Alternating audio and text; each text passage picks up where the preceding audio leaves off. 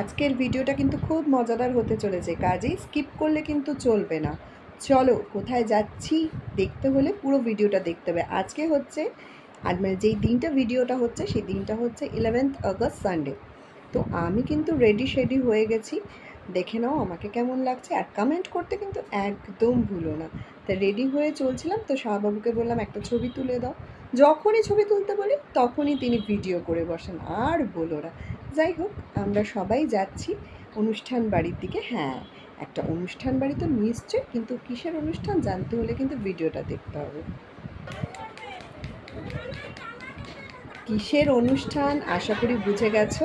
আজকে রিহুর অন্নপ্রাশন, মানে হচ্ছে মনের ভাইয়ের অন্নপ্রাশন। সবার আশীর্বাদ করা মোটামুটি কমপ্লিট। এখন জেঠু আশীর্বাদ করছেন, মানে মোয়ের জ্যাঠা শ্বশুর আশীর্বাদ করছেন। আর তোমরা অপেক্ষা করো, এইবার দেখো সবচেয়ে বাড়ির বড় মানুষ আশীর্বাদ করবে। সেটা কে? সেটা হচ্ছে রিহুর দাদাভাই।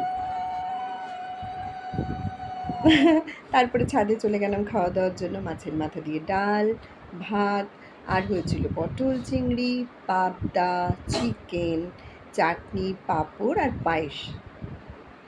জমিয়ে খাওয়া দাওয়া করে জমিয়ে আড্ডা দিলাম।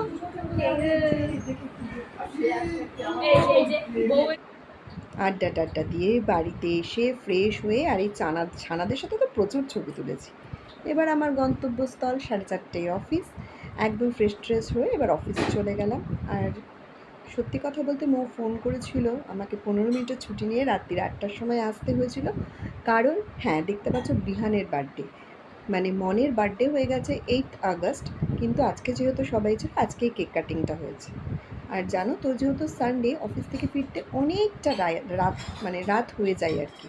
তো রাত্রে ফিরছি, আর দেখো একটু আনমনা হয়ে ফিরছি, কারণ চলছিল নচিকেতার বৃদ্ধাশ্রম, যেই গানটা বারংবার শুনলেই আমি একটু আবেগপ্রবণ হয়ে পড়ি, একটু মনটাও খারাপ হয়ে যায়। যাই হোক, একটু রাত হলেও তো বাড়ি চলে এসে ফ্রেশ ট্রেশ হয়ে আবার রান্নাঘরে ঢুকে গেছিলাম। আচ্ছা, ভিডিওটা কি ভালো লাগলো? লাইক